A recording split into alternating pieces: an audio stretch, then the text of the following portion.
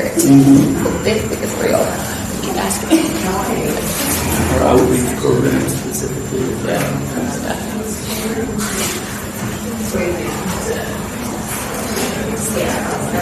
Well, the state might get up right I think the county will, because the state only doesn't. right. No. Level of No, and they have a whole department that does like funding, and then like I'm looking at their budget, and I see the county administrators.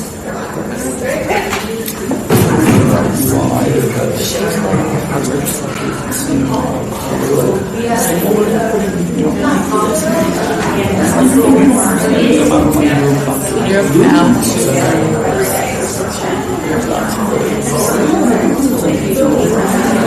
Yeah, and it's interesting because they think that, this is all you gotta do. It's not all you gotta do. it's okay.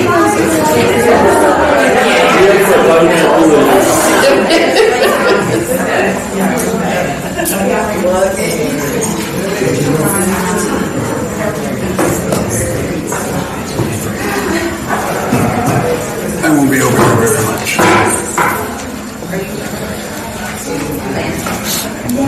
Thank you so much for being here.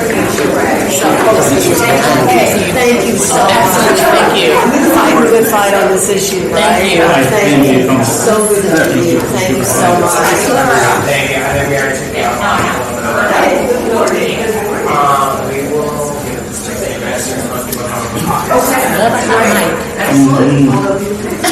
Keep this good. Larry, take this to your iPad. That is funny. I love a good hot mic.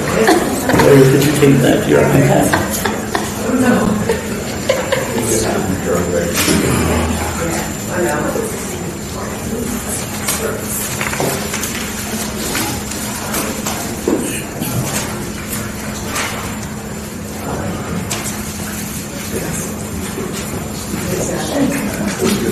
Yeah, good to see you in person, yeah.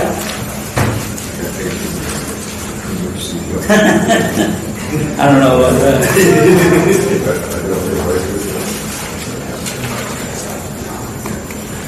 Okay. Okay, great. Not mine, too. I'm sharing. Massachusetts, that's hard. I'm talking to myself. So y'all know.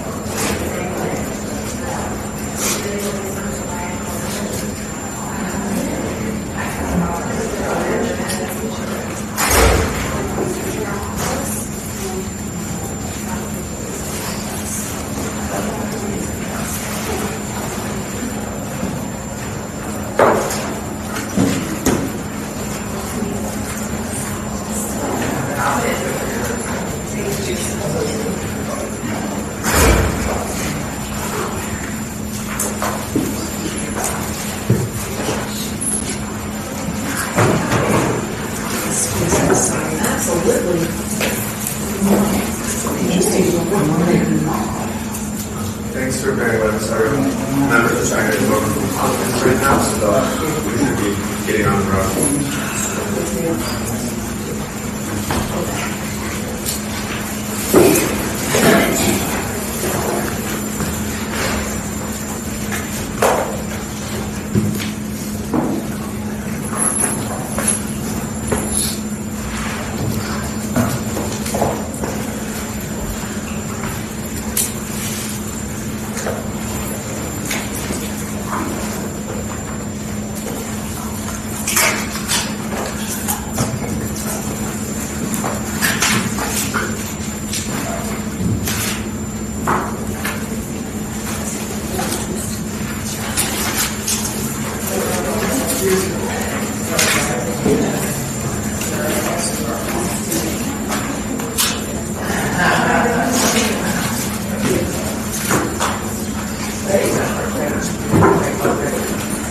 I'm sure we'll have other members join us from caucus this morning. Forgive us being 5 minutes late to start, but everyone's coming from a wonderful team, so thank you.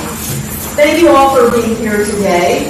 We're here because we want to talk about the affordability crisis that is bearing down on American families and the impact that that is having on state and local governments in our country right now. This is something that the Republican majority is not only avoiding acknowledging, but has taken steps to make worse. This is not a Democratic or Republican state issue. This is an every state in our country issue. Grocery prices are up over 5% since the president took office. Food banks are stretched thin. American seniors, children, and veterans wonder where their next meal might be coming. Instead of lowering food costs, the big beautiful bill created a huge unfunded mandate by shifting costs for SNAP food assistance from the federal government onto states and counties. The sad reality that is that this will mean millions of Americans will have their benefits cut and taxes will go up, are already going up in communities struggle to deal with these new costs. And the events of the past few months have only made matters worse. The shutdown and USDA's day-by-day changes to their guidance to states put out no benefits, partial benefits. They actually full benefits. That's going to make SNAP payment error rates worse, even though states were operating in good faith, lifting heaven and earth to comply to get food out to those who are in need. The big beautiful bill also made multiple other massive changes to how SNAP operates, and USDA has been slow to release guidance to states on how they are to implement these new rules, which further muddy the waters and increase the likelihood of innocent mistakes being made. In some cases, guidance was issued only a week or a day before the changes had to be fully enforced, and any mistakes would be held against states and used to punish them by withholding even more federal funding for SNAP food assistance. We are joined today by 3 experts on this issue, people on the front lines of administering SNAP in their states and counties, the people who help ensure hungry Americans are healthy and fed. So I'm going to ask our speakers to start us off by sharing some of their own knowledge and expertise on how their state or county is navigating this difficult situation and how the past few months have made doing so even more difficult. Then we will open the conversation up to questions from members. To help facilitate the conversation and ensure we all have a chance to ask questions, we will recognize members for questions in order of seniority at the gavel and by arrival time thereafter. Thank you again to our speakers for being here and having this conversation today. Thank you for being here. Mr. Daniel Giacomi, did I get that right? You did. Awesome. Who serves as the Division Director for the Connecticut Department of Social Services, is with us today. Ms. Joy Bivens, the Deputy County Administrator of Health and Human Services for Franklin County, Ohio, is here today. And Mr. Larry Braasch, the Deputy Division Director for the New Jersey Department of Human Services. Mr. Giacomi, if you wouldn't mind, we're going to start with you. We'll ask you each to take 5 minutes for opening remarks, and we will go to member questions as particularly members trying to vote today. So again, Mr. Giacomi, if you wouldn't mind, let's start with you. Thank you, and good morning, and thank you, Ranking Member Craig, for the opportunity to discuss this extremely important issue today. As you noted, my name is Dan Giacomi, and I'm the Division Director at the Connecticut Department of Social Services. In my role, I oversee eligibility policy for many of the state's benefit programs, including the SNAP program, Medicaid, TANF, and the LIHEAP program. DSS, as we call it, currently provides SNAP assistance to 1 in 10 Connecticut residents, or approximately 336,000 individuals in over 200,000 households in all 169 towns. As the SNAP administrator in Connecticut and as a 19-year veteran of the agency, previously serving as an eligibility worker, I have firsthand knowledge of the complexities involved in determining eligibility for SNAP, as well as creating and implementing SNAP policies, especially in comparison to the other means-tested programs I oversee.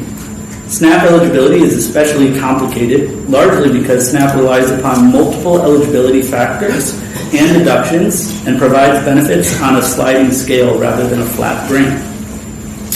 The passage of H.R. 1 further complicates an already complicated program and has fundamentally restructured the 60-year partnership between states and the federal government in administering the SNAP program.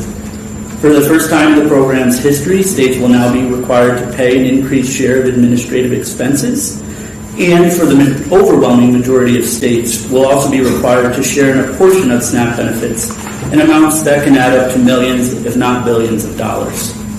Beginning in just what feels like 9 very short months, the federal share of SNAP administrative costs drops from 50% down to 25%, shifting the 25% of these costs to the states. For my home state of Connecticut, this means an additional $40 million annually in administrative expenses alone.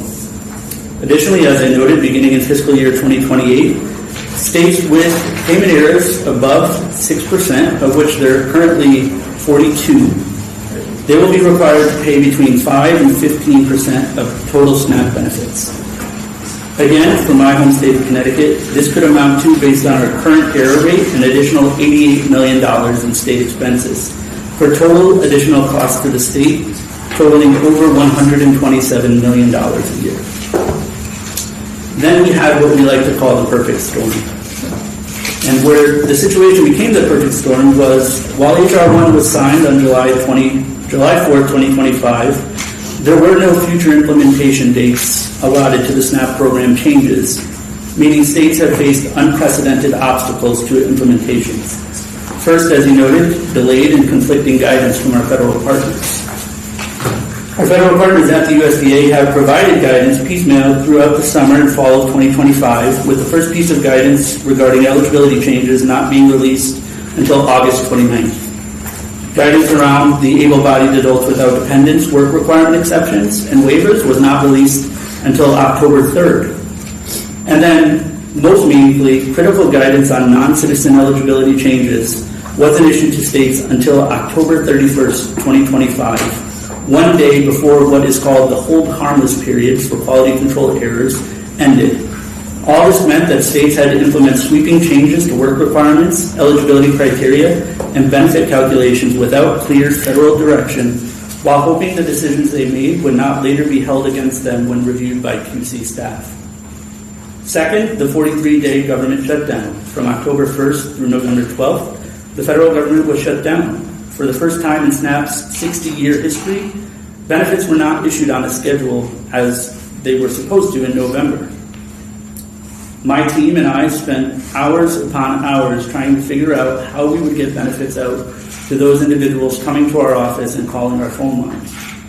To the point where my wife jokingly remarked that she was going to start sending my mail to my home office because I spent so much time there. I would get off my riding mower to have to take a call on a Sunday. I would work until 2, 3, 4 o'clock in the morning with my commissioner trying to figure out what we would do for those individuals who needed these benefits. The USDA initially instructed states process as normal, then halt all benefit processing, then issue benefits, then don't issue benefits, then issue partial benefits, then don't issue partial benefits. Then if you issue benefits, we will hold you in penalty and take away administrative expenses. And through all of this, most of the USDA staff were unavailable to provide any technical assistance when states needed it most. And finally, as I believe my colleague Mr. Braasch will also speak of, is the measurement problem. Federal guidance being delayed and contradictory, the government shutdown disrupting operations for over 6 months, and quality control reviews being suspended for the month of November means we are not using a level playing field when determining our payment error rates for this year. States are being asked to meet performance standards during a period of unprecedented administrative chaos. We are not asking for a reversal of the changes of H.R. 1, though that would be nice, but I do stand with my governor and a coalition of governors, state agencies, local governments, and county administrators in calling for 2 critical fixes. A delay in implementation of the benefit and administrative cost-sharing requirements until fiscal year 2030, giving states time to stabilize system and reduce error rates, and exclude the October and November 2025 data at minimum, while extending the hold harmless period through January 31st, 2026. We are not trying to avoid accountability, but we're asking to be set up for success rather than failure. SNAP has served as a crucial safety net and economic stabilizer for 60 years, and the administrative partnership between federal and state governments has generally worked well. But H.R. 1's implementation, combined with the shutdown and delayed guidance, have created conditions where even well-administered state programs face catastrophic penalties. Connecticut, like my state partners, I'm sure, stand ready to meet our responsibilities. We only ask for fair measurement periods that reflect actual state performance rather than federal administrative failures. Thank you, and I look forward to our discussion. Thank you so much. Now I'd like to ask Ms. Joy Bivens, the Deputy County Administrator of Health and Human Services in Franklin County, Ohio. Good morning. Thank you for the opportunity to be here today. My name is Joy Bivens, and I serve as the Deputy County Administrator for Franklin County, Ohio, where we serve more than 1.3 million residents. I oversee our health and human service agencies, including Job and Family Services, which is the agency that administers SNAPs to nearly 200,000 residents. I began my career as a case manager at Job and Family Services, working directly with families navigating programs like SNAP.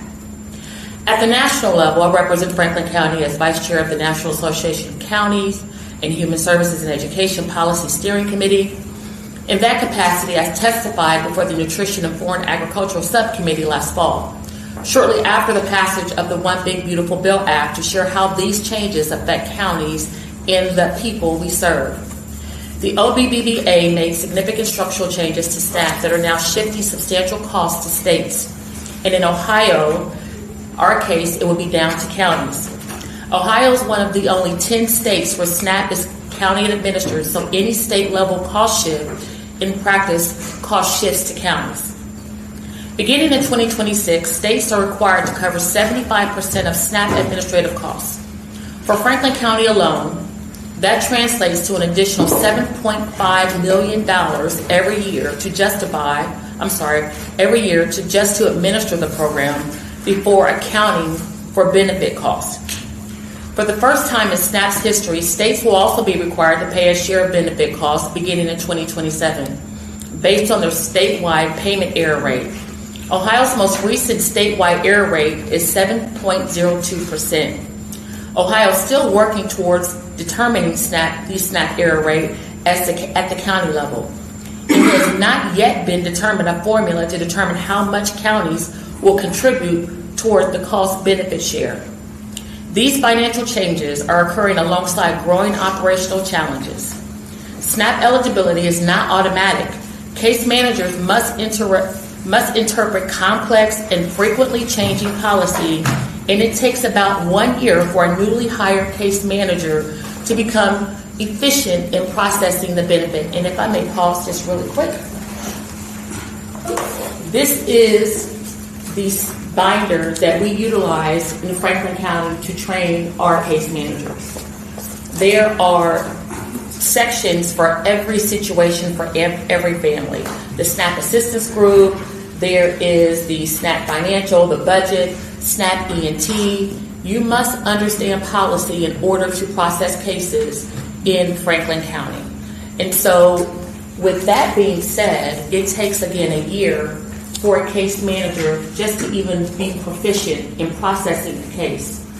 We provide them a 12-week training. In addition, what you have before you, here you go, is an application that a resident in Franklin County must submit in order to apply for SNAP. It is a 22-page application. They apply in the areas that apply to them. But with all these nuances, it is impossible to not have an error. At the same time, Ohio's eligibility system, the Ohio benefit system, is not built to immediately accommodate rapid policy changes. Since the OBBBA took effect in July, counties have been required to complete significantly more manual casework because a system update lagged 3 months behind the federal and state policy changes. There's a lag of 3 months. I want to make sure I lift that up. In fact, Ohio benefit system will not fully be updated with the July change until next Monday, January 26th. Because the system is not yet equipped, key changes such as update to the standard utility allowance, citizen-based eligibility criteria, and work requirements have been calculated manually for months. What I just talked about is in that binder. There are approximately 300 SNAP cases in Franklin County. There are approximately 300 SNAP case managers in Franklin County, and more manual entries will inevitably lead to more errors. Counties have been operating without a real-time feedback on accuracy, while SNAP error rates are published on a 3-month delay, limiting our ability to quickly correct course. The state of Ohio has taken some steps to address these challenges, including funding for technology improvements to the Ohio benefit system and maintaining state-level SNAP staffing. However, the state has been clear that it will not provide additional funding to counties to offset the reduced federal match in 2026. In short, counties are being asked to administer a more complex SNAP program under rapidly changing rules, without additional resources and without adequate time or systems to implement these changes. The result is a system where accuracy and timeliness are undermined by underfunding counties bear the financial consequences of errors, and families face longer delays and higher barriers for accessing food assistance. I appreciate the opportunity to share what it looks like on the ground, and I welcome the chance to discuss what counties need to administer SNAP effectively, safeguard program integrity, and ensure eligibility families can access benefits without unnecessary delay. Thank you. Thank you so much, Ms. Bivens. Now I would like to turn it over to Mr. Larry Braasch, who is Deputy Executive Director for the New Jersey Department of Human Services.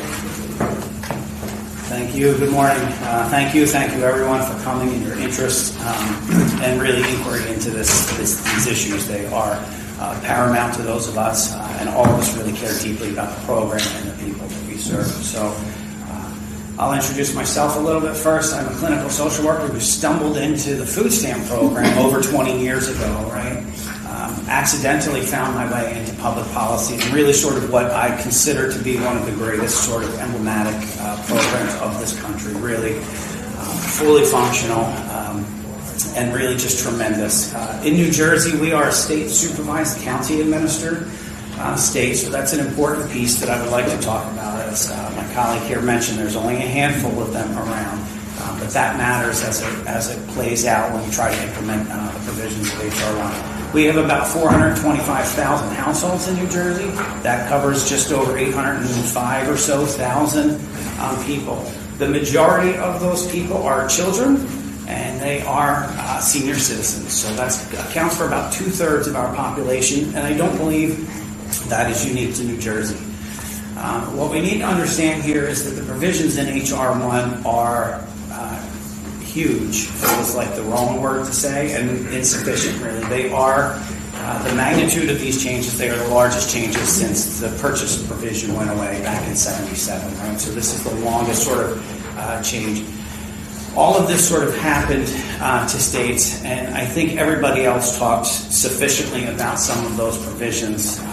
The delays in administration, not hearing anything from FNS as we try to administer these programs, waiting for implementing guidance that was 2 months out, often coming on Friday evenings too. Some of those dates that we will talk about, some of those were Friday close of business type things.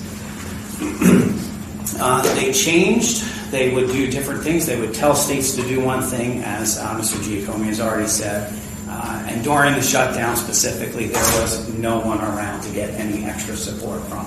Our regional offices who were around prior to shutdown don't answer questions anymore. Everything goes to the national office, which we sort of refer to as just sort of a void.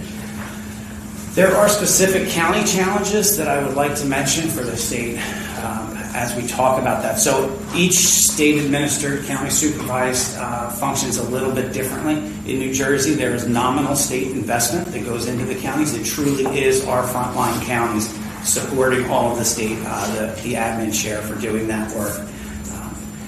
Improvements to this, the cost share alone of that will cost our counties roughly about an extra $100 million every year.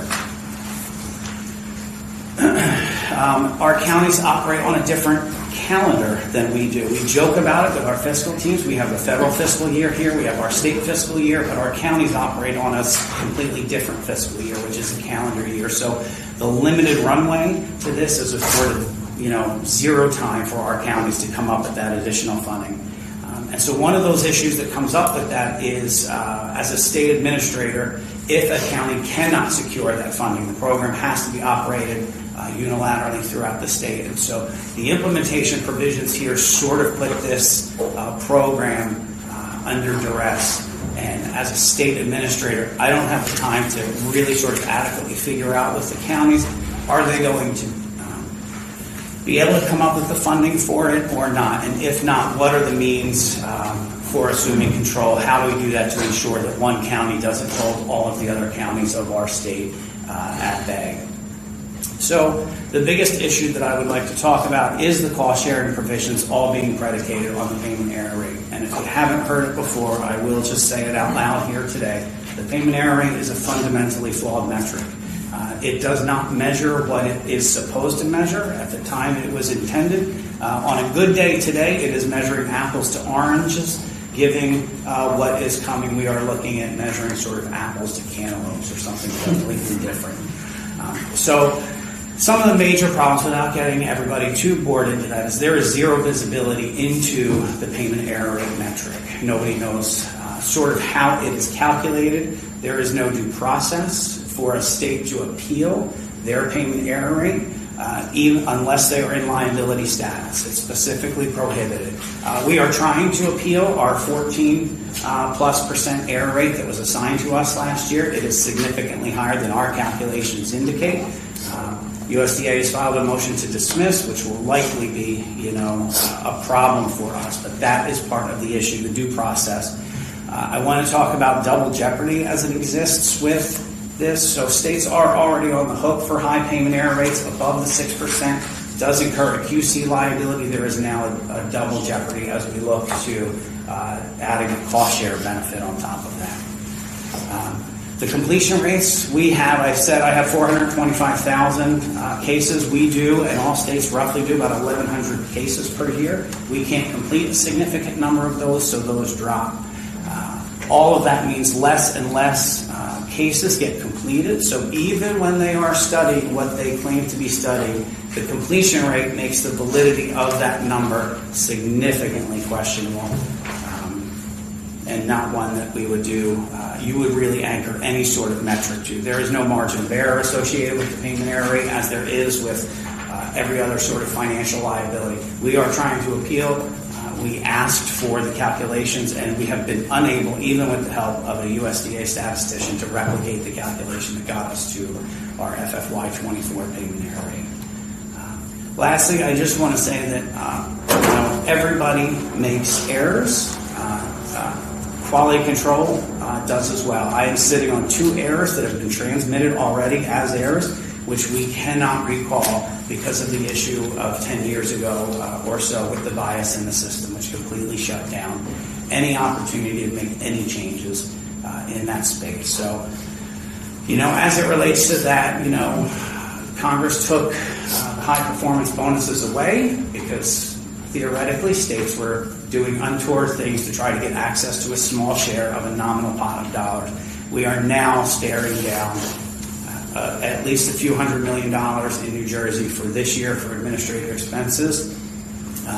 We do $2 billion in SNAP, so at 14%, that's roughly another $300 to $500 million of benefit cost share. So I would just ask everybody to take a look at those sorts of things, ensure that we have due process, because those numbers come out there, they are pasted on the wall as if they are one of the 10 Commandments, and they are significantly fallible numbers. So with that, I will just be happy to answer any questions you all have.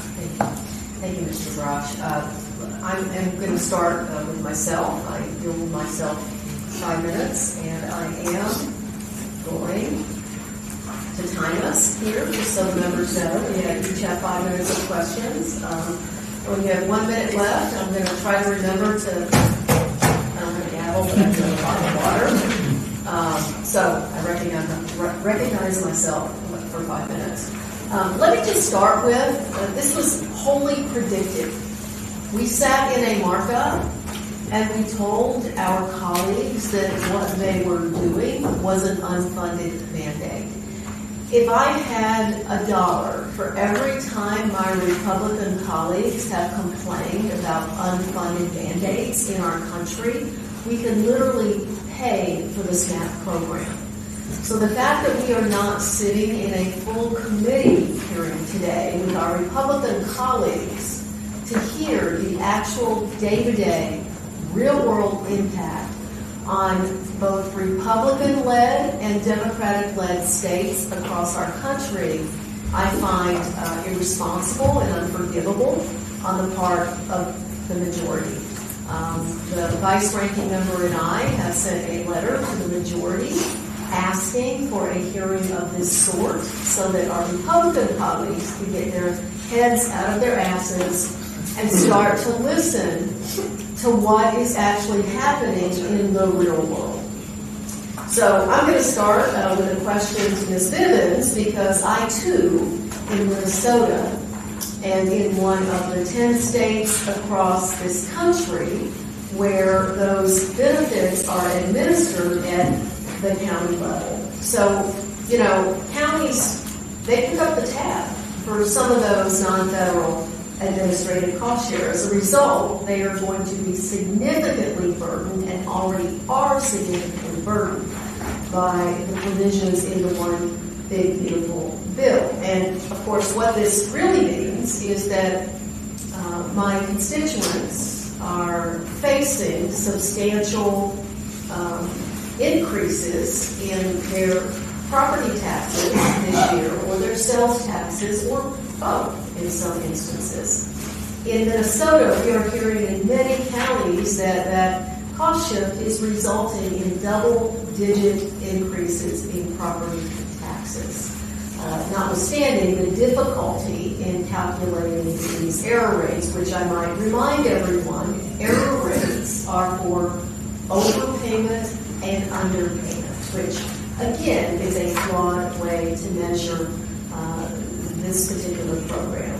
In December, Dakota County, which is the largest county in my congressional district, approved a 9.9% tax levy increase. In Hennepin County, the largest county in the entire state, they approved a 7.8% tax levy increase. In Ramsey County, second largest, they approved a tax levy increase of 8.25%. Freeborn County, and I'm going to go to my Republican counties, 9.5%. St. Louis County, 12.4%, which passed down costs from the federal government on SNAP and Medicaid being called out as part of the reason.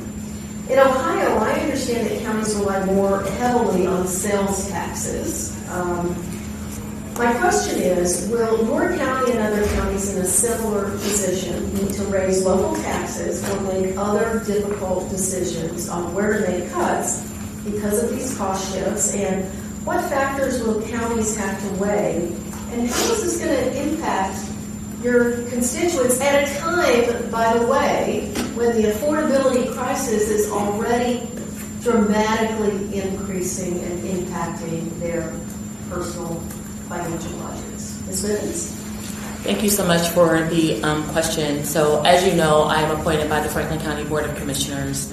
Franklin County is a $2.2 billion organization. 56% of that budget goes towards human services. So when you ask the question, what will happen when these costs roll down, we now have to look at our budgets and look at who are we not going to fund, what are we not going to fund, understanding that not only the entire nation is facing a housing crisis. Franklin County also has a housing crisis where we're trying to figure out how can we be innovative in making sure folks are able to pay their rent. So for us right now, we are looking, because we do not have the exact number, I will tell you that our error rate in Franklin County is 12.11%. It has not been determined that if the larger counties will be the causal counties to pay more. So we're looking at budgets on not only paying the $7.5 million, but whatever additional we're going to have to pay for that error rate. But whatever it is, it will cause us to decrease funding in our nonprofit areas and also some of those other outside safety net areas that our residents depend on. Ms. Bivens, thank you so much. Wholly expected on the part of this administration. And with that, my time has expired, and I forgot the hour of 11 on But with that, I am going to yield 5 minutes to my colleague, Mr. Jim Miller. Well, thank you, and I want to thank the ranking member for gathering us here today. We're here because Republicans won't do this hearing. They don't want to hear the realities in their own districts, in their own states, and I understand why, because the realities are harsh. When they talk about SNAP and the people who are on SNAP, they advance a false narrative. They stereotype people on SNAP. They don't mention the fact that a big chunk of the people on SNAP are working. They're working really hard. They can't afford groceries. I heard the Secretary of Agriculture say that you can afford a really good, nutritious meal for $3. I would like to encourage the chauffeur to take her to the nearest grocery store so she can appreciate how prices have increased. I started a statewide end hunger tour in Massachusetts last week. I try to get a sense for where things are right now. And people are really worried about the $200 million cut that's coming down the line. But they talked a lot about the new regulations and the new restrictions and the new work requirements that are in place right now. I thought it was really helpful because, the facts and the figures, the statistics are all very important, but the human stories about who right now are being impacted are really powerful. I think they're powerful and help us make the case why we need to reverse some of the damage that's been done. And if we can't persuade people, maybe we can shame them with some of these stories. But I would, can you talk about how some of the new rules and restrictions that are currently in place make people, particularly families with teenagers, older adults, and even veterans, more hungry? What will the impact be on program administration, and could that impact payment rates? We're hearing stories about people who didn't even know that there were new restrictions, and they went to reapply and were told they don't qualify anymore. And again, they're turning to food pantries and food banks, and they're just not sure what the future is. And again, this is I'd say it's a modest benefit. Is an overstatement. Now, this is an inadequate benefit, but a necessary benefit to help people not go hungry. But I didn't get any individual stories that maybe you have encountered about how the current new requirements that are now in place are adversely impacting people.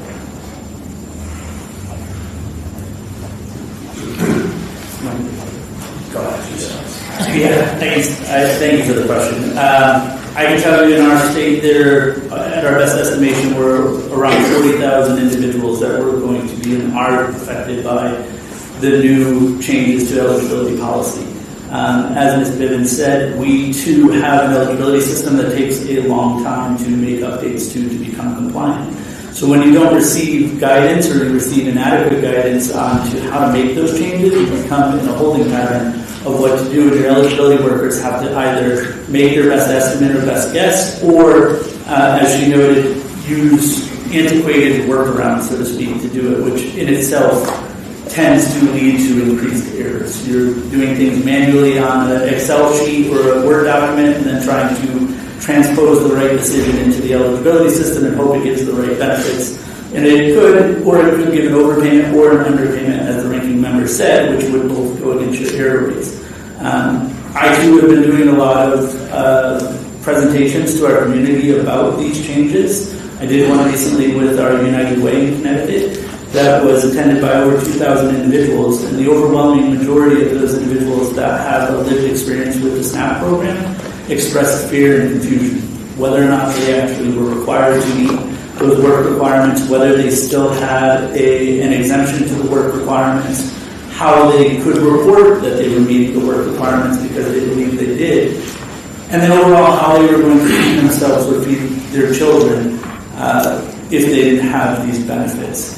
Especially as you noted, individuals that have a child that's 14 or 15 years old that previously were exempt that are now saying, I have to try and figure out childcare for this individual because they're 14 and I may let them stay by themselves for a little while, but not for 8 hours while I'm at work if I'm not able to find work first shift or things like that. We've had veterans come to us and say, what do I need to do? You know, I'm disabled.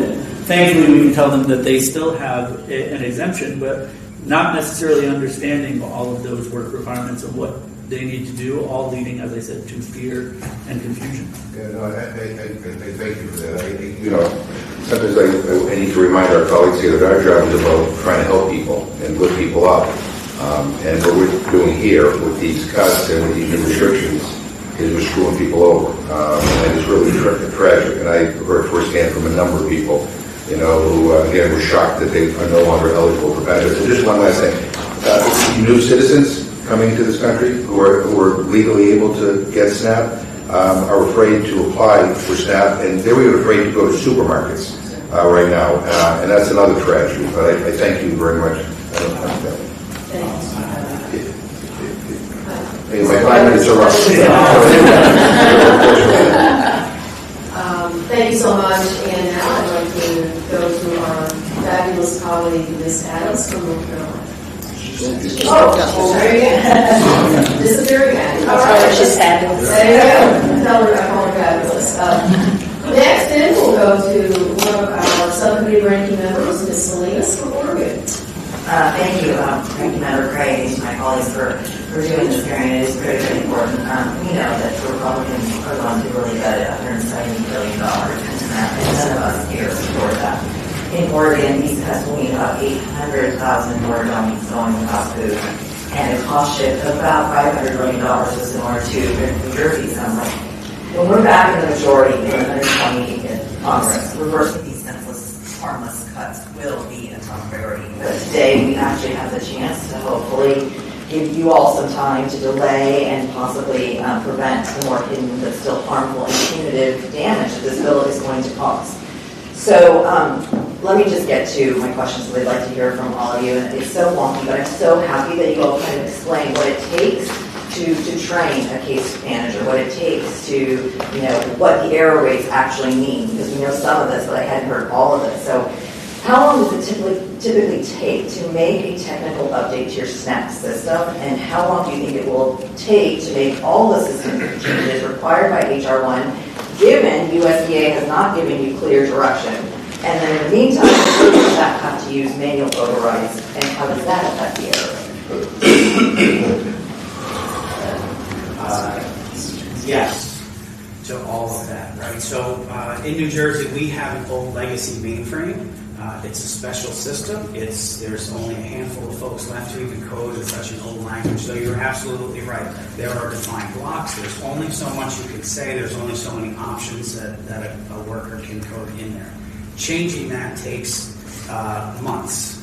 for simple changes. And that requires stopping everything else, right? The regular program continues to function. We are every day trying to make this program better, but now we have to stop and we have to recode for those sorts of things, which, it's going to take an extensive amount of time to code all of those. It will drive the payment error rate absolutely 100%. And if I could just really quick, because I think our system is administered by the state, and we have to comply with that. So any changes that are made must come from the state. But again, to my colleague's point, it takes a lot of time and nuances. But just really quick, there is eligibility in processing the case, but then there is the work requirement in order to keep you compliant. So we have workers that are doing the work of eligibility, but then we have to leverage non-funded mandated administrative resources to keep folks compliant, just to identify a work requirement site, ensure that they're being compliant with it, and it all has to come together like a perfect storm. And that's not even accounted for. And are these two separate systems that then have to talk to each other? Yes. Yeah. Yeah, I'll add to that as well. So we have, quote unquote, a newer system. It's about 10 years old at this point. So if you think about technology in 10 years is somewhat antiquated. And it's going to take around 6 months or so. But that's just for the technical changes themselves. You have to worry about training the eligibility workers as well. You can't train an eligibility worker on new policy until you receive the guidance, the questions, the answers, the reissued guidance, because perhaps the first guidance was wrong or lacking in some sort. So then you have to develop the training after that, which in itself could take a few months as well. So even if you have the technology that is there to make accurate and adequate decisions, you need to account for time to train individuals to make sure that when they see a decision that is not correct, that they're able to identify that and determine that something needs to be changed or modified. So it's really a two-part system in those pieces as well. Yeah, if I can just sort of, again, the law becomes effective July 4. No guidance comes out for an extensive period of time. So to the APOD specific question, there's a delay. There's people there.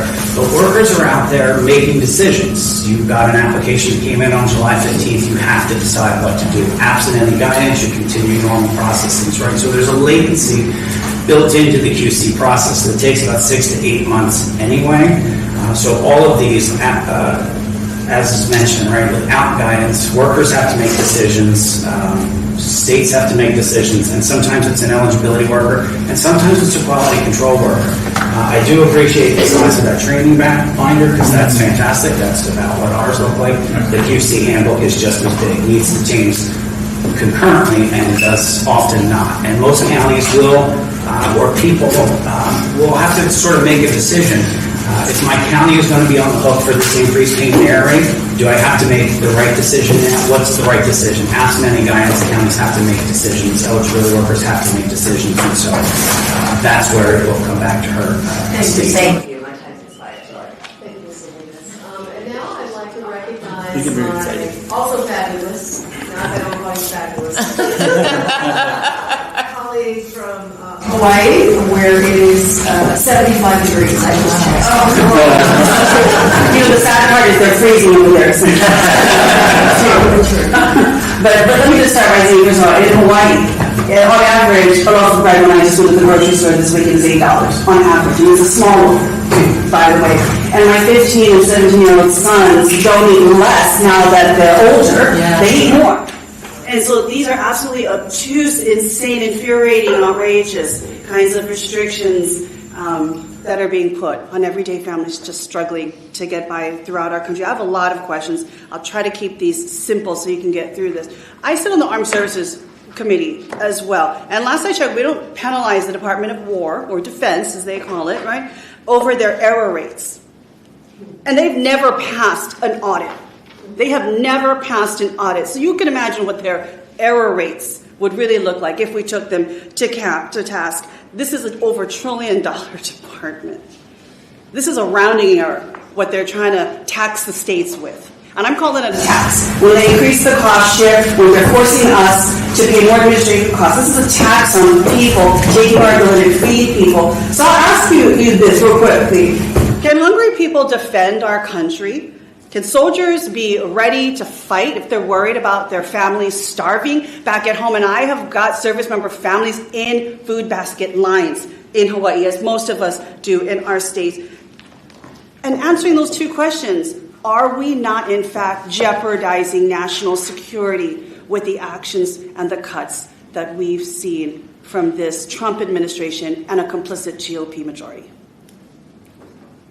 Is this a national security threat? Yes. It's a simple answer. A hungry soldier can't pick up their weapon to defend a country or our values. And someone worried about if their wife and 3 kids at home can actually put food on the table, they're not on a mission right there. And so literally what we are talking about is threats to national security, are we not? And then are we not also limiting our ability to even see who is hungry? Trump eliminated the primary measure of hunger that we have in this country, the annual USDA Household Food Security Report. There's rumors that they're going to remove food security questions from the census as well. If we do not track who is hungry, does that somehow mean no one's hungry? So how are we going to be able, before we even get the gavels, how can we accurately track the hunger rate in this country when they refused to collect the data that shows they are harming people in red states, purple states, blue states, every state? I don't think we can. I think that this is a bipartisan issue. If you look at the payment error rates as they stand right now, it is not just blue states that are facing these increased costs.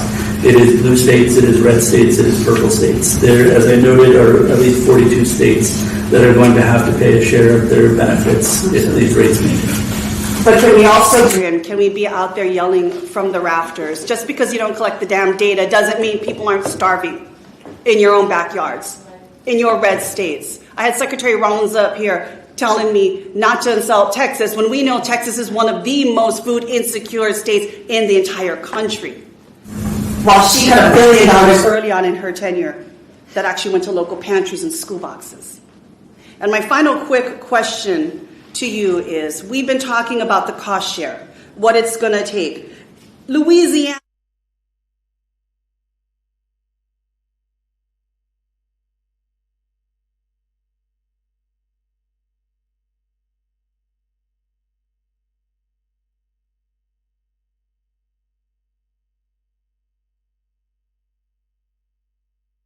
Potentially see states foregoing their SNAP EBT program, which means everyone goes hungry. So we're talking about catastrophic devastation where entire counties and potentially states may have no food subsidies and options for their people. So right now we have Republicans voting to support these cuts that want their people to starve. I think my bottle has been run. Thank you. Thank you for that. It is a national security threat, and I think it's an absolute shame. It is angering that we are going to allow hungry people in the richest nation in the world, hungry people to go without. So Thank you. I'm very glad. I would like to go back to my still fabulous colleague, Ms. Alma Adams, for her 5 minutes. Thank you very much, Madam Chair. Like North Carolina, Ohio, and many states operate under the biennial budget, meaning that they was playing 2 years at a time. That creates serious challenges when states are being asked to budget now for costs that they won't know until October 2027. Combined with the Medicaid cost sharing requirements and so-called one big ugly bill, this puts states in an impossible position. I spent 20 years in the North Carolina House, so I'm pretty much aware. But the problem is compounded by the lingering effects of the Republican government shutdown.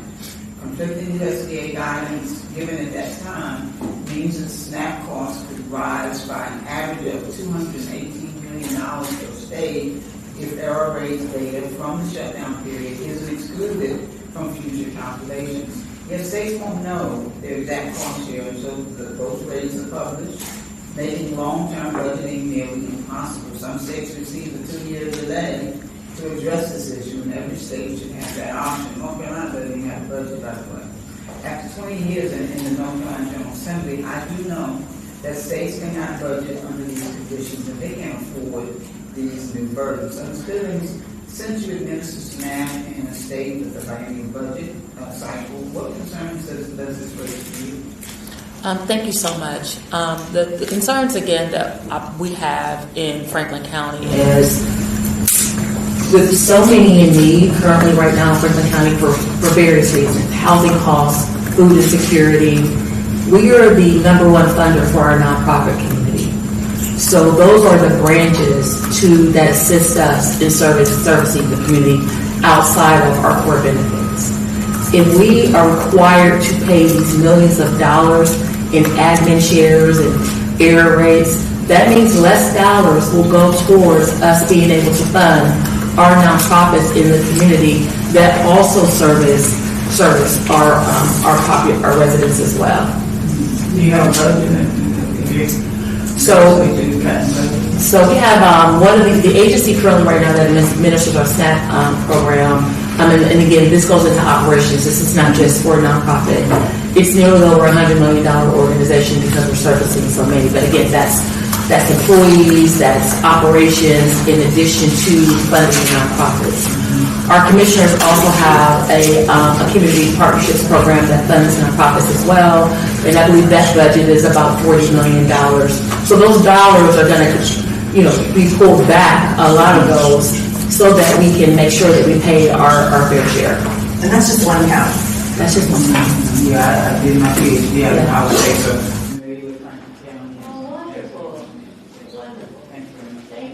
Thank you so much, Ms. Adams. With 2 minutes to spare, I appreciate you. Now I would like to move to our fabulous and passionate subcommittee ranking member of the Commissioner for from Connecticut. Thank you. I plan to use all my minutes, so. Now I have thought otherwise. I just want to thank you all for being here and for the opportunity to share what this actually looks like on the ground. There's so much that I can say. I mean, this topic is something that literally I have been dogged about. Ms. Giacomi talked about how you were getting calls during the government shutdown with people concerned, but I don't think it gives the full picture of everything that was happening, because it wasn't just administrators at the Department of Social Services.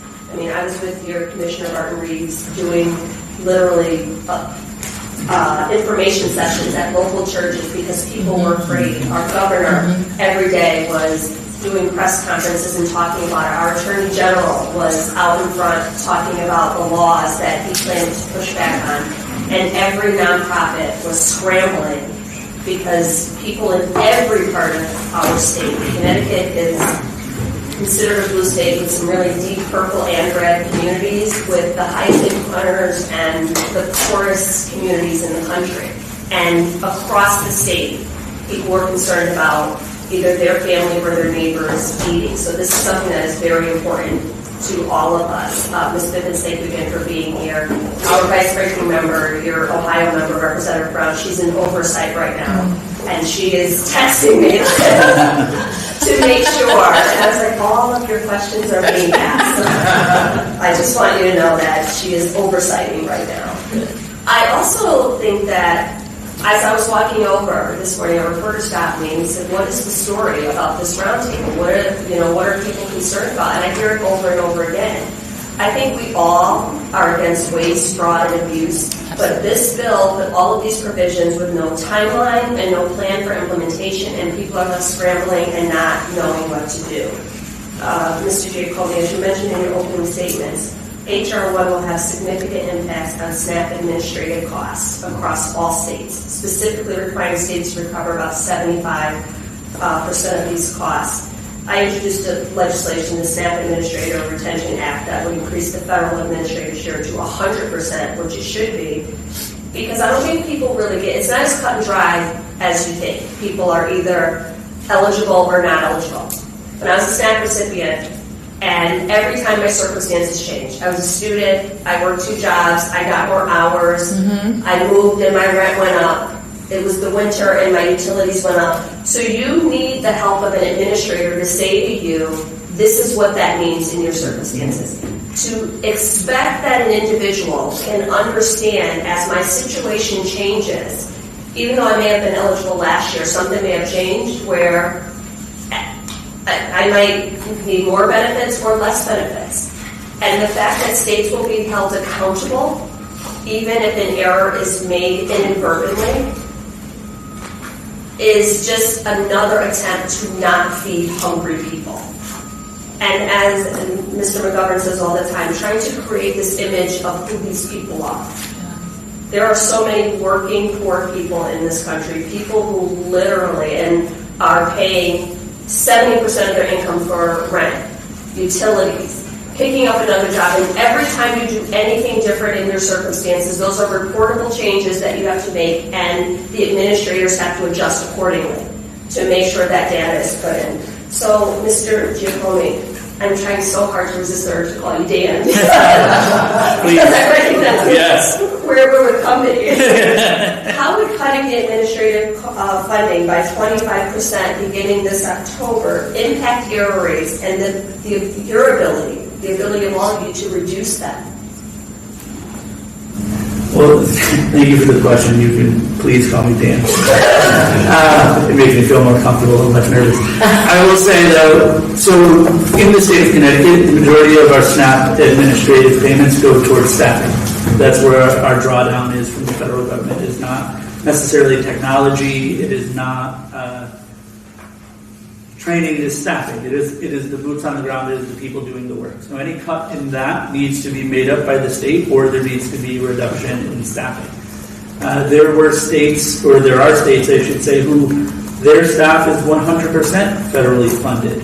So we saw during the shutdown they had to furlough those staff, which means you have less individuals processing those cases, those applications, those changes. Throughout all of that, it doesn't mean that the errors are not counted. It doesn't mean that the applications stop coming in. It just means that you have less individuals. The less individuals you have, the more things pile up.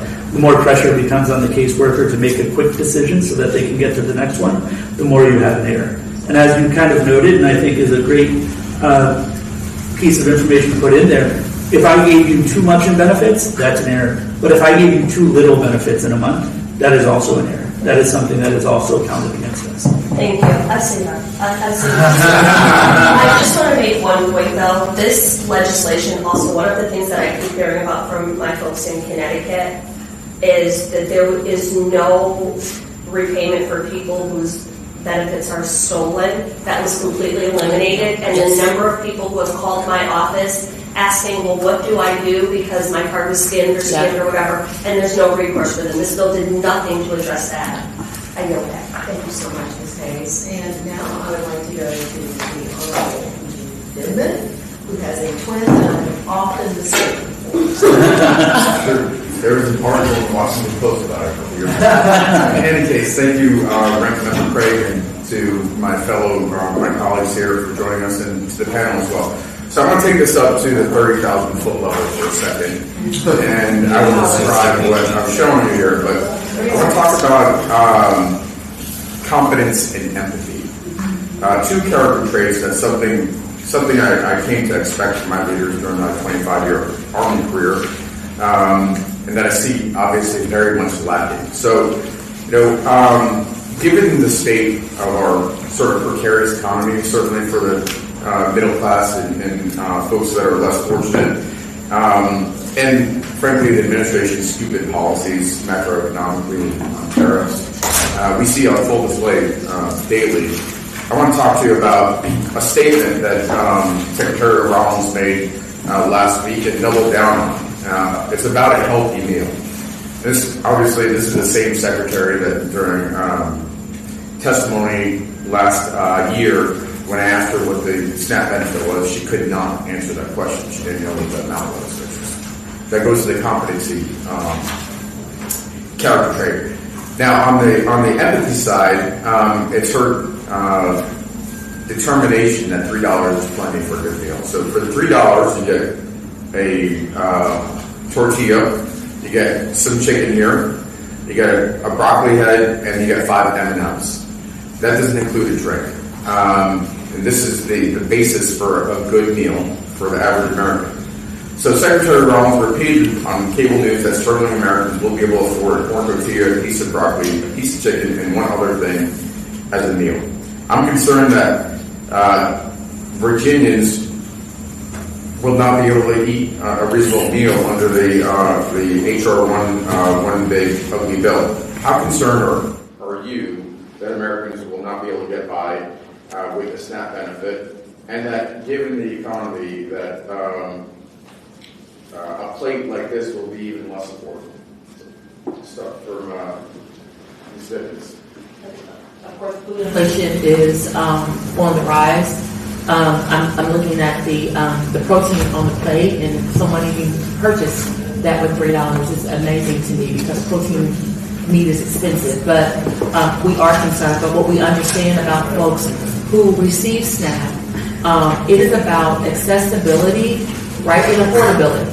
So there's folks who live in communities that have limited transportation, they can't make it to a grocery store, but even if they could, they purchase what is the least expensive so that that benefit lasts them the entire month. And so, majority of the folks in Franklin County that receive SNAP are children and seniors, and they have to stretch those meals. So when you ask the question, how concerned, we've been concerned, we're very concerned. And veterans also. And veterans, absolutely. My husband's a veteran, he served during Desert Storm, he's a Marine. He said once I'm Marine, always a Marine, so I can say that. He's a lawyer. But we are concerned about that for sure. Mr. Braasch? Significantly concerned, right? Purchasing power of everything, food included, depreciates by the day, sometimes by the hour. Absolutely. So purchasing power, yes, and the potential loss of the program for some states. Very similar answer. I will say that the average benefit amount per individual in Connecticut is $190. Divide that over 30 days, it's about $6 a day, which means if that's the cost for $3, you're skipping one meal a day with the amount of benefits that you're eligible to receive. And if an individual who is subject to the work requirements or a non-citizen loses eligibility, the family can still receive benefits. They just receive a lower amount. It doesn't mean there's less hungry people in the household. It just means that there's less dollars to go to that family. Yeah, so to me, obviously, outrageous commentary, lack of confidence and empathy for the American people. So I will leave this here in case anybody is hungry. We're good. I yield back. Let that chicken go to waste. Thank you so much, Mr. Benjamin. And we'll now turn to my colleague from New York, Mr. Giacomi. Thank you, Ranking Member. I was told there would be no props allowed, but that was a joke. Thank you. I proudly serve on this committee, and we're aligned in so many ways. I tell a story about my grandparents coming here from Ireland, and a good job was there for my grandfather. The Great Depression hit, he passed away, and my father was the second oldest of four. His youngest sister had Down syndrome, and they were on public assistance. So he told stories of having to walk a long distance to go pick up government-provided food, and when he walked back home, he carried the stigma of everybody in the neighborhood knowing that he was on that. But as a result, that provided a pathway for our family to stabilize, and as a result, many of my family members are doing very well. So, a couple questions, and anybody can answer these, but prior to the passing of H.R. 1, if there were high error rates for states or counties, were there penalties imposed as a result of that, and will those penalties still be imposed? I'll jump in on that one. Yes, those penalties still exist in rule, so 2 years of an error rate in excess of the national average would net a state in financial liability from the QC provisions. And there's a calculation. That penalty is calculated dependent upon the number of benefits you have issued in that fiscal year and the payment error rate and deviation between those two. So that provision stays in there, and then the other one layers on top as a secondary penalty. Thank you. And I'm going to follow up on that. So, I'm no statistician, but we're talking about national average. which means half of the states are above the national average, which means there's a likeliness that the following year those states will trend in a similar way because of challenges. I remember when we were trying to amend that bill, Alaska had the highest rates, and I don't think it would take much imagination to determine why those rates are high in Alaska and higher than other places. So and those still persist. So it seems as though what we're doing with this piece of legislation is doubling down, and actually for the states that have greater challenges, that it's going to cause there to be fewer dollars dedicated to auditing and investigating, and as a result, that could cause error rates to go even higher. Have any of you experienced things like that, challenges to staffing investigations and auditing? Yes, I think we all have. I believe we are all understaffed. We are state supervised, county administered, similar to New York, right? So each county is at a different staffing standard or a place like that. But you're absolutely right. All of those numbers match up. And yeah, when you talk about that average and what statistics mean, I think 30 plus states, or 35 or more, are in a cost share provision, right? So that's just one of those interesting things where, like, if everybody is failing the metric, there's an issue with the metric, right? So, there's regional variations among those payment areas as well. Great, thank you. My last question, or kind of series of questions, and I apologize if I missed this. On the letter signed by the governors asking for a delay, or what does the who's signing on to that letter? Is it a bipartisan letter? Because I had heard that it was. And what number of governors, and there anyone other than governors that sign on, or is it purely a governor's letter? I don't have the exact number, Larry. Maybe you'll pull it up. It was a bipartisan letter. It was not only governors, it was county administrators, it was state legislatures, it was bipartisan, national, group of individuals signing on. And we get asked this question all the time. Do you think it's having an impact on this administration from the feedback that you get, that there could be a delay in the implementation of these changes? The feedback that we're receiving is actually somewhat the opposite, that there is no interest in delaying. Right. Cruelty and a lack of empathy. Thank you, Madam Ranking Member. Very well said. Colleague from Great State. Thank you, Ranking Member Craig. Thank you all for your time, consideration today, and the work that you do. SNAP currently responds to recessions, natural disasters, and economic shocks. Under this cost shift, what happens when a hurricane hits a poor county with no tax base left to draw from? Are families supposed to wait the next budget cycle to eat?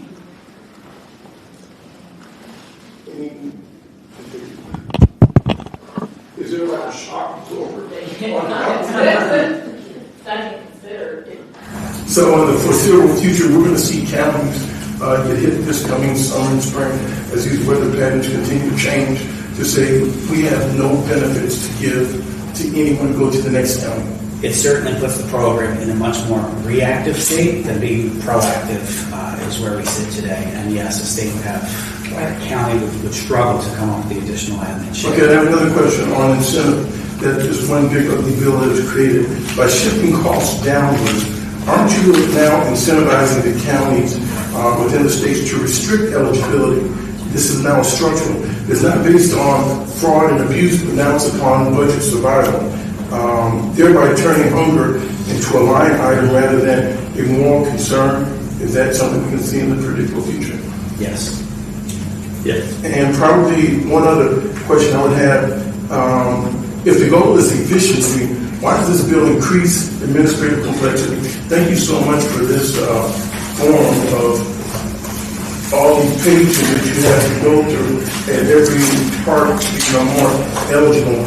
It reminds me when I used to work in banking, it is expensive being poor. If you have enough time to get through this, you pretty are very well educated, and have some very focused notes on your accounts. Let's confront this with moral arithmetic. If this bill saves federal dollars by knowingly increasing food insecurity, school absenteeism, and long-term health costs risk, is this fiscal responsibility or simply cruelty deferred and disguised as reform? It's a great question. I would err on the latter. As you noted, a reduction in administrative reimbursement for states is funding that can go towards staff that can investigate fraud, waste, and abuse, and that could collect on benefits that are overpaid. Any shift in funding to states that or state responsibility removes funding that we can use towards other programs such as school meals or after-school programs. So I don't necessarily see this as a way of incentivizing states to be better at their job or to have a better social safety net. And you're going to have staff who are going to be processing with more scrutiny. So there could be opportunities or situations where folks are denied because they're afraid to make a mistake. I yield back. Thank you very much. Thank you for your participation. Thank you so much, Mr. Jackson. I'm worried about you. No, I'm multitasking. Next, we're going to go to my great colleague from the state of California, who I have to say, other than my district in Minnesota, is one of the most beautiful districts in the country. Thank you so much. Mr. Carl. Ranking member, since you're the ranking member, I won't disagree with that. But if you weren't a ranking member, I would disagree with that. Thank you, Ranking Member Craig, and thank you to all of you for being here today. As you might be aware, I was on the Santa Barbara County Board of Supervisors for 12 years on the Central Coast. And during that time, I saw firsthand the fiscal challenges that local governments, counties deal with as it relates to SNAP and implementing SNAP. As you all know too well, now the Big Ugly Bill imposes the 3-month time limit on SNAP for those who can't find work, which includes veterans, people experiencing homelessness, and former foster youth. When you joined our committee for a hearing last year, you mentioned that in Ohio you anticipate, Ms. Bivens, that this will lead to additional 17,000 individuals being subjected to the time limit. How concerned are counties like yours about the thousands of additional individuals they will have to monitor without further staff or resources? Have you begun to see those impacts yet? We have shifted, thank you so much for the question, we have shifted resources, staffing resources, so that we can prepare. And to answer your question, absolutely we are very concerned, and I'm going to grab my binder again because I don't think you were in the room. This is how we train our staff. It takes 12 weeks to be proficient in becoming a case manager, and then it takes a year to be mastered at your role, if you stay that long. And so in that binder, there are a lot of nuances and things folks have to learn. But yes, we are concerned. We do need more folks in order to process cases, because it's not just processing, it's also monitoring the work requirements for those who need a work requirement and expanding work requirements. So there's a lot of administrative capacity that is needed in order to just adjust to this new bill. Thank you. In this period of time, Thank you so much, Mr. Carvajal. We have been asked to speak abnormally loud, Mr. Figures, for the microphones. Thank you for that note, team. And with that, I'll ask the Honorable Shamari Figures from the great state of Alabama. You have 5 minutes. So basically, speak like my kids. Exactly. Well, thank you all for being here. Good to see you again. Good to see you. Ms. Bivens. As you guys know, I mean, this bill did a lot of damage to the programs that you guys administer in your states. It did a lot of posed unique and unprecedented threats to the very existence of the programs, to which we're still awaiting some degree of guidance or interpretive guidance from the Department of Agriculture. But this is a question that I've asked you before, Ms. Bivens, but one that I certainly want to give you guys the opportunity who do not have the privilege of being from Franklin County, Ohio, to also ask you, as you may know, I worked years for Senator Sherrod Brown, so I spent my fair amount of time in the state of Ohio. But the state of Alabama is a state that has a higher than the national average rate of participation in SNAP programs. We are one of the poorest states in terms of financial income. Out there in my district, the individual median income in my district is just north of $32,000 a year in 2026. I guess those are 24 numbers, but it will not have significantly changed in the last 2 years. We have about between 1 in 4 and 1 in 5 households in my district are SNAP participating households, at least as of now. Obviously, that number is expected to drop. My question is, this is coming from someone who represents a district where we don't really have the luxury of many alternatives outside of food banks, which are stretched thin and already under-resourced, especially in the rural communities that I represent. The SNAP programs, I don't want to go around and continue sounding this alarm if it's not true. But to hear from the people who deal with it, you guys know better than anybody else. As I understand the big bill, with the cost-sharing requirements that have been put in place, that theoretically now if states, for whatever reason, choose not to meet the cost-sharing, either they can't do it, they end up in some sort of state budget showdown where they don't pass a budget on time, or they just elect not to do it, right? For whatever reason, they don't meet it. Is it your understanding, we'll go left or right, that those states will literally be without the SNAP program at all? Yes. Mr. Braasch? Yes, and as I said before, I was county-administered state, so I think it even goes down to if one of my counties can't come up with the funding and the state can't step in, then we essentially have one county lose the program for the state. We're jeopardizing it. Yes. Yes. That's my understanding as well, yes. And in your opinion, I know this is one question, but just a very quick follow-up. In your experience with the SNAP program, are you aware of any other time in the program's history where a state had the ability to essentially eliminate the program altogether? No. Not necessarily. I mean, technically, it's always functioned as 50-50 cost shift, so there's always had to be some level of investment from a state perspective. But it's been that way for 60 decades. Thank you so much, Mr. Figures. It is now my distinct honor to welcome for 5 minutes Ms. April Delaney from the great state of Maryland. So thank you, Member Crab, and bringing us all together. It's a very important issue, and that, of course, I want to thank all of you as witnesses. 1 in 7 families in Maryland 6th District rely on SNAP benefits, half of them children. And as I travel across Maryland 6th District from Gaithersburg to Oakland, and everywhere I go, I hear about the harm of this big bad bill. President Trump and my GB colleagues have shifted major federal costs in the state, as you know. We've talked about it. Maryland's budget is now projected to take a significant hit as a result. It is actually just an analysis for the opening of our General Assembly, and actually this, and of course the healthcare issues, are some of the biggest issues, and actually with the $1.4 billion in deficit that we have, half of that is coming from SNAP and some of the issues with the cuts, and also with our health care. Governors from both parties have warned of disruption to the existence of SNAP, and I do know that the NGA has called SNAP cost to be an unfunded mandate. This is not a first issue. It is an integral policy decision. So a couple of things. I know that you talked about it this morning, but Mr. Giacomi, I know that versions of this question have come up today, but I'm asking it on behalf of the families I represent. And I was in Allegheny County yesterday, and they are very concerned as their food pantries are running dry, and many of the jobs have been cut back completely.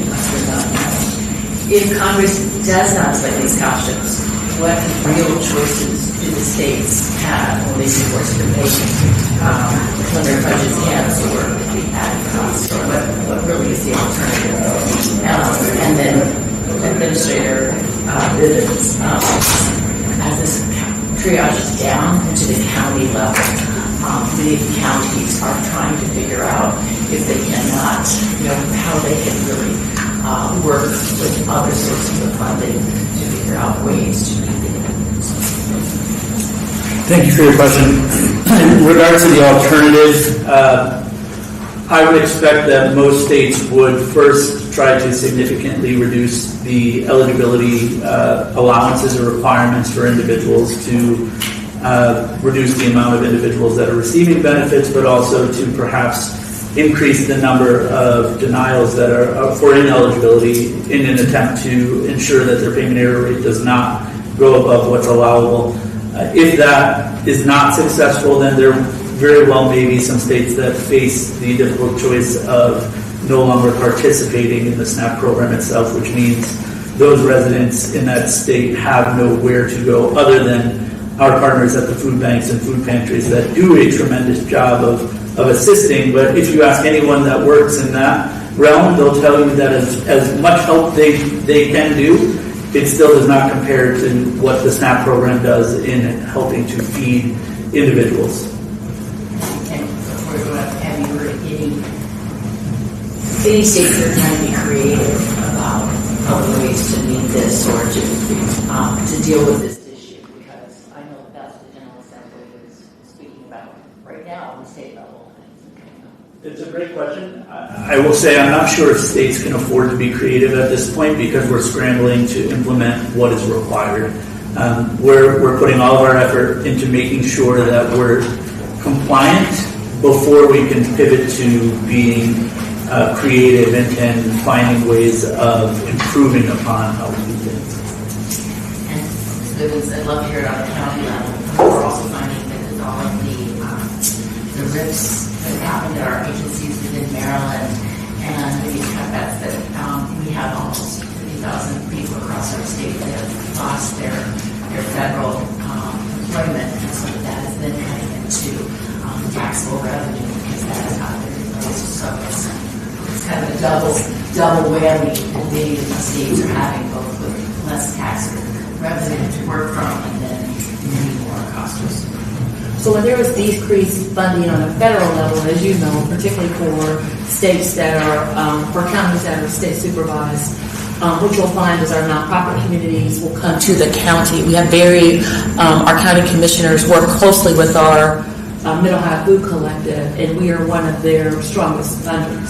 So when dollars decrease, again, that impacts another nonprofit in our community where we have to decrease dollars that can be allocated towards servicing our most vulnerable so that we can ensure that we're in compliance in paying our cost share. So I'll just close by saying what I've been doing is meeting across 5 counties across Western Maryland, and I've been meeting with each of my counties and doing these meetings with public-private stakeholders, our electeds, our chambers, and trying to figure out the best way to cross-collaborate and to have additional resources and then to take it across our whole district so that we can meet the moment if possible. So thank you all. Thank you.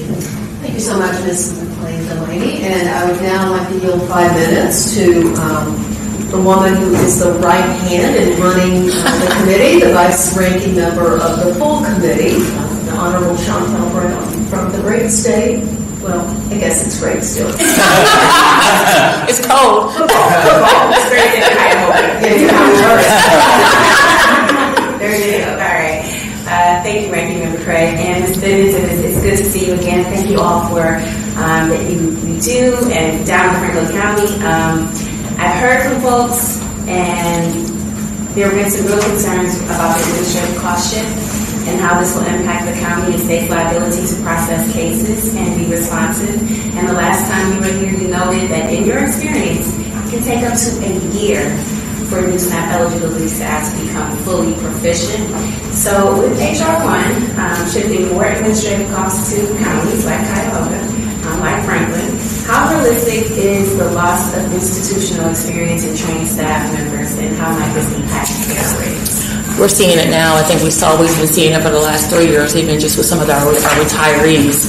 But we're seeing it now, and if I may, I'm going to bring this up one more time because I don't think you were in the room, Congresswoman. This is our training manual for our eligibility workers, and it has all the nuances of everything they need to know in order to process a case so that it is accurate, because we are measured on timeliness and accuracy. So, I don't have our attrition rate currently right now with me, but, this job can be very cumbersome at times because there's so many things being thrown at you at one time. It's like whack-a-mole. We're going to focus on accuracy. Oh, and then we're going to focus on timeliness. And now we may need to shift you over here because we may need to dual train you so that you can process Medicaid as well. So we're seeing all that now, and that's a lot of stress on just any individual making $23 an hour. And we know, what the livable wage rate is. So we're seeing it currently right now where staff, but we've been really good about trying to maintain staff, but we're losing institutional knowledge every day. Thank you for that. And the other question I wanted to get more clarity on is with regards to work requirements. And now that we're a few months into the new work requirements that were put in place by the Big Ugly Law, how have you and your team been responding to the changes so far? And I would just like to go back on record and remind the folks that when you joined us last year, you mentioned that you anticipated around 17,000 individuals that would be impacted and possibly removed from the program. So if you could share with us what impacts you've seen in the last few months. So currently right now, what we are anticipating on seeing, and I have not pulled the data yet, is folks just rolling off. Just because of some of the work requirements. So we have been trying to put boots on the ground, being creative, working with our faith partners, and increasing those work participation sites for our residents. But what we find is many of those work sites many times don't turn into a livable wage job for a person to truly make impact, right? Training opportunities where you are moving up the economic ability ladder, there are waiting lists for those. One of our highest ones, I believe the last time I checked, it was a very large wait list for that one. So our work sites and our work participation team currently right now are really trying to be innovative on how we're going to keep people compliant. And we're going to launch a Maintain Your Compliance campaign when I get back to Ohio so that folks do not roll off. This is a re-education of this. And if you could just remind me, the folks that might be watching, the consequences and what happens if someone inadvertently falls off of their eligibility status becomes what? It becomes what? If you fall off, it will take a lot to get you back on. But that one, that I'm on limited time, it will take you a lot to get you back on to requalify again. And then because of the number of cases that we're seeing, there's going to be wait times. We are going to be out of, and I can speak, I hope I can say this candidly, I anticipate us being out of compliance for timeliness just due to all of the nuances that it requires with this new bill. I want to thank everyone, all the witnesses for showing up, and I'm truly grateful for the leadership of our ranking member and the package that we introduced on Thursday to address some of these very concerns that we're talking about right now as it relates to the work requirements and the time just the administrative cost shifts, and hoping that we can, at the very least, push those back so that you can get up to speed, because we know that this has been an administration that has really been kind of the shoot first, ask questions later, no pun intended, right? But it has really been, not really thinking through the logistics and the impacts. And so grateful for your continued service. Thank you, Ranking. Thank you so much, Vice Ranking Member Brown. And with that, I'd like to draw our conversation to a close. I'd like to especially thank our witnesses here today, Ms. Bivens, Mr. Braasch, and of course, Mr. Giacomi, who traveled from out of state to provide your insights today. This conversation has made crystal clear that the SNAP cost shift to states is untenable. When this majority and administration shifted costs for federal food assistance onto our states, they made a decision to increase the cost of living and reduce the quality of life for Americans across our country. These unfunded mandates make food less affordable. They make housing more expensive, and they make it harder for states to administer SNAP properly. These cost shifts require our residents to pay more and get less. People in Minnesota will pay more in property taxes, which means that small businesses will pay more for their storefronts, and renters and homeowners will pay more for housing. At exactly the same moment, we are giving $40 billion to make Argentina great again. In some instances, local leaders may try to preserve food assistance, but in doing so, they may be forced to cut funding for libraries, public schools, local parks, and other community services. The consequences of this so-called big, beautiful bill are unmistakable. Abandoning the most vulnerable members of our communities, seniors, children, the disabled, veterans, comes at a moral and economic cost to every single one of us. We all end up paying for these cruel cuts to SNAP, one way or another. And for far too many Americans, that means a worsening affordability crisis. Thank you again to our witnesses. Thank you to our members. Extraordinary turnout among members today. So thank you, staff, as well. Thank you so much. I'm so glad.